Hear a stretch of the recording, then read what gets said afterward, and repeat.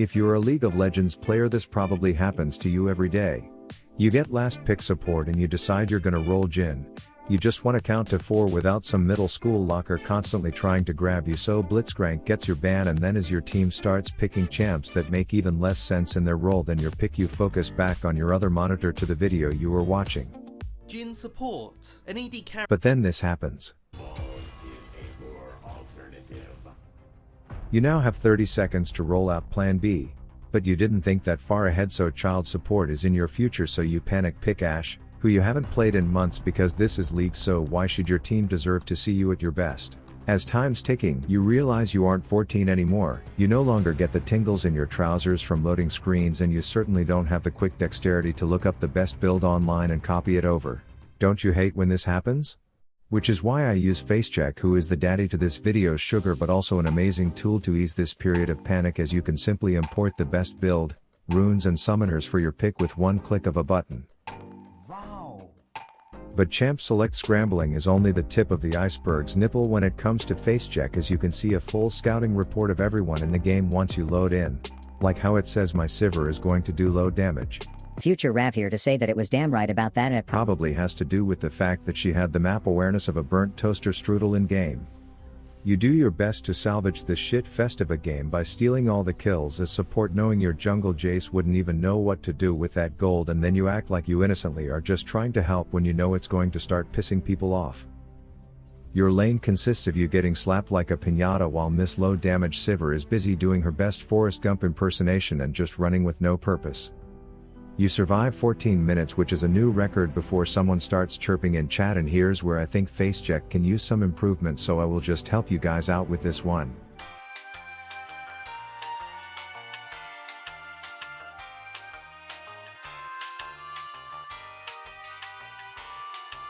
Anyway, she was such a douche snozzle that the enemy Rengars ignore the free sack of cash you are offering so that they can beat her up instead, and you lose, to which you honor her out of pure pity. FaceCheck provides you with a post-game report so you can see all the areas where you yourself can improve, but again, I'm a League player, so I will help them out again.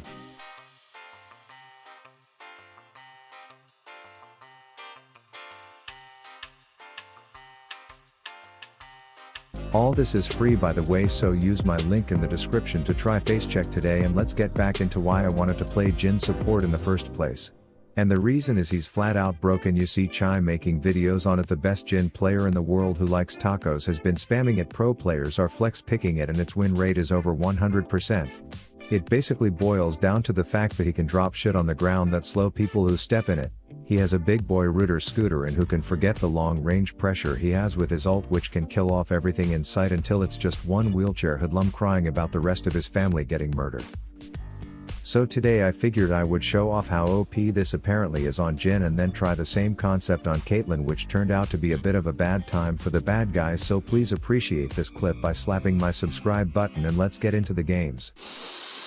Now, most content around this strat is challenger ranks or pro play, which doesn't represent what really happens in most games, like how mine always start with everyone hanging out before work in the forest hoping to pick an argument over how many genders there are, or if Pluto deserves what happened to it, while turning a blind eye to the flanky Frankies that end up forcing me to flash into my copium corner, only to then immediately run right back to the danger I just escaped.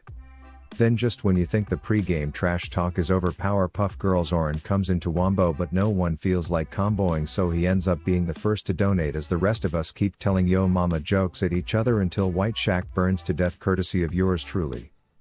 Their jungle left the fight low, and we knew he'd be clowning around, no pun intended, so we figured we'd continue being dickheads for a bit, but we weren't expecting to run into a weaponized Halo 2 needler in the shrubs, so Samira takes an early nap. Anyways, laning phase is just about as uncoordinated as you would expect when the supports are Darius versus Jhin, and man, if Enron was still hiring, this Samira could apply straight to CEO with the level of greed she had. It was like she was addicted to killing Ezreals and needed another hit.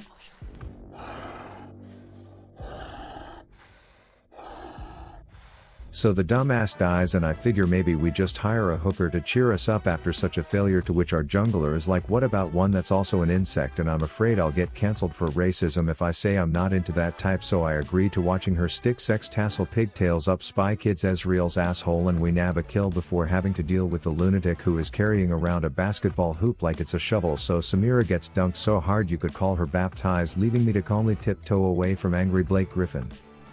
We're then playing this game where we pretend to not see Chuckles the annoying shitbag packing up to head home, knowing full well that our team's Aunt Marantha's en route, as I zoom out and fire a blank before deciding to just wait for the charm so that the next time I shoot one I will still manage to miss, all while Darius was like, maybe if I stand really still they won't notice me, and it apparently had my dog water drinking Samira fooled, to which we finally team up on him a bit, tag the tower in for the assist and finish off the bot lane ace. Since I don't have to worry about last hitting those midget employees, I'm free to play a cute little game of cat and mouse with White Shack, which is all fun and games until the greed demon takes over Samira again. So she gets a bunch of balls in her face, and not the kind she's probably used to, as I sent her only lifeline into the wrong zip code, so she goes back on the black and white bench and I get credit for the tower's hard work. I'm now using my low health to just toy with Psyops Ellen DeGeneres, knowing damn well that he hasn't looked at his mini-map since Nam, as I call for a minion exorcism while being the bait that keeps him interested enough to donate to the Make a Fed for Whore Foundation. Then I decide to pay a visit to Rift Canada because I hear there are wild oxen and bears up there, and some of them are apparently purple, as I get in range just in time to secure my participation award, which was all I really cared for until I saw my teammates gagging on each other's slobber, so I took matters into my own hands. Turns out my selfless act of shutdown stealing prompts the family to want to murder a Godzilla crab, which is fine, I guess, to each his own, and my own in this case is figuring out which one is Shake-O and which is Fake-O, while proving just why having a bit of CDR on Jhin is the reason why you can't spell support without SUPER or something. All the valedictorians are triggered right now, being like, you don't have an E, and I'm just like, I don't need it when Q did the trick. Anyways, I don't know what it is about being support instead of ADC, but I felt like I wasn't as squishy for absolutely no reason at all. It's like I woke up and just convinced myself I had bigger than a 4-inch peak. Regardless, this confidence had me just running at unemployed Aladdins, putting seat belts on them and yelling numbers out loud while they died. Fast forward a minute, action is getting the camera time, but there's no lights cause he's dead, as we are all trying to bribe this grape-stained Volibear to not kill our dumbass friend, but he wasn't exactly in the mood to negotiate with someone who has never offered to go above 4, so things get a bit hostile, and unfortunately we had to Cincinnati Zoo this one. But then when I'm on my commute home acting like I didn't just kill off an endangered species of plum bear, we have this twinkle shit thinking he doesn't need a map, but my butt buddy bull and side chick sex aunt would argue otherwise. Then I'm not trying to steal Chris Hansen's thunder, but I'm like, guys, there's a grown-ass man hiding in the bushes watching us, so they go check it out. I shoot a thin beam at yesterday before firing up the triangle of terror to show all the haters that I can still sometimes make it all the way to 4 without messing up at all. This leaves just Chester the Jester all alone in Dragon Pit, to which I could either walk up and hold hands with these shitters, or I can sit back and steal another kill as support, and if any of you say you do otherwise, you're lying. One thing leads to another and a big argument breaks out over pineapple and if they deserve to be cut up and mounted onto pizza, which has people willing to kill to make their point, and while the right answer is obviously yes it does, I understand that some people just evolve slower than others, so I decide to sneak out the back door to have some privacy so that I can set up a little JFK CIA stint or whatever the latest conspiracy is, and the only one that's gonna know where I am is this red buff who is coughing in my face, which pisses me off enough to have me ignore my team who is at full-blown war as I deal with this pesky NPC instead. We catch the Needler again in River, and I take the role of the drug addict who's in a fight's girlfriend in the bar fight, just throwing little jabs from the side, and when a full AP Shake-O barely tickles me I get cocky, thinking a tank item only Volibear won't just 3-tap me right after. Anyways, we end up getting their Nexus literally one bard's fart from falling over, and my mom always told me there would be an opportunity in my life when I would know it's time to become a man.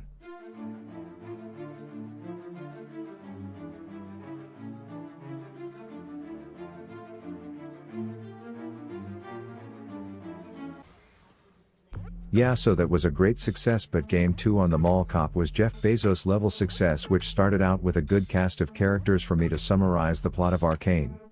Pink Tits and the anorexic one came from the same jizz bank, but that dude burnt in a fire. Now they are mad at rich white money bitch here for being responsible for it or something. Pink Tits and Daddy's money end up teaming up because they might want to touch each other's nipples, while the albino has her own daddy issues to deal with, which leads to her blowing up a city. Anyways, bot lane consists of 4 marksmen, which is just the way I'm told Jhin likes it, and we're all just caressing our right click buttons until everyone is so low it looks like Satan's hosting a limbo contest in hell. And it turns out putting a large bear trap in the tall grass was enough to catch Obama's wife with bubble gum in her hair as I flashed before the foregasm and watched Silco's side slut try her best to not convince me that she's useless before losing confidence and cashing the paycheck myself. That said, I liked hanging out with her older sister better anyways. Hell, half the viewers thought I was gonna put the fuzzy cuffs on her in my bedroom, if you know what I'm saying, but instead I opted into just using my mobility to steal a kill, knowing that there's no way I would die right after. Anyways, swollen hands punchy muffs liked the attention, so she comes straight back down looking to rough up the opera perv, but little did we know aluminum foil Nunu was in town for a visit, so I deem Willumpa bear enough to use a trap, and then we euthanize the shitter. Turns out Professor Akali is in the area, thinking if he's around when I whiff a cue he can clickbait the video that I have Alzheimer's or something until pause. 1 Mordekaiser against us 3 and an Akali right here. Who wins? Cast your votes below. It's Mordekaiser, you idiots, of course he wins that.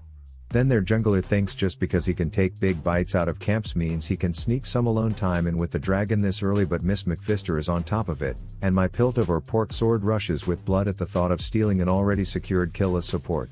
But I leave for 30 seconds and they already start treating me like I don't understand. Bot lane marksman troubles trying to zone me and throw shit in my face, but I have none of that, so I put a net on Michelle Obama like the beast she is and try to fire an ace up her a-hole. But it just results in counting Dracula cock blocking me and then fucking up the Fibonacci sequence while simultaneously almost killing my lane mate, but she survives and Amazon primes a nuke with a grin on it to Senna's forehead.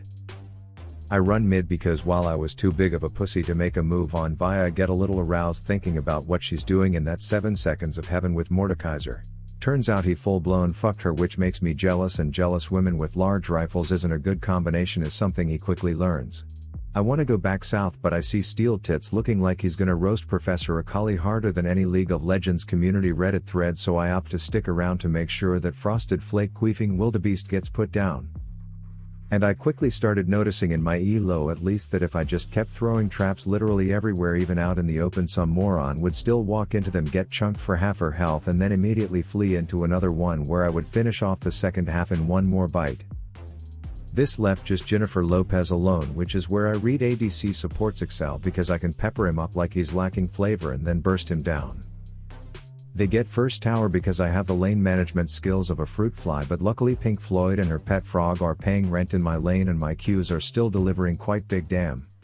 My mid wants to quit because their lane is stomping her like all Akali mains, saying the game's over, but I'm so fed you could put a K in my name and call me Britney's baby daddy as I kill toy soldier shithead and then run up to the metal moron to make sure he doesn't 1v35 again like Riot designed him to do before. It's just that Hershey Kiss rapper Nunu left in a team fight where only Negative Nancy was the one that died on our team. So it quickly becomes ironic that she was saying this was over when literally every fight was more one-sided than something with only one side. And not to toot my own horn here, but some would say my ability to push my alt key while my cursor is hovering Obama's wife would make me quite unstoppable. We were distributing so many aces you'd think we were playing blackjack, and we were all thinking it, but Jinx said it, so you can probably guess how this ended.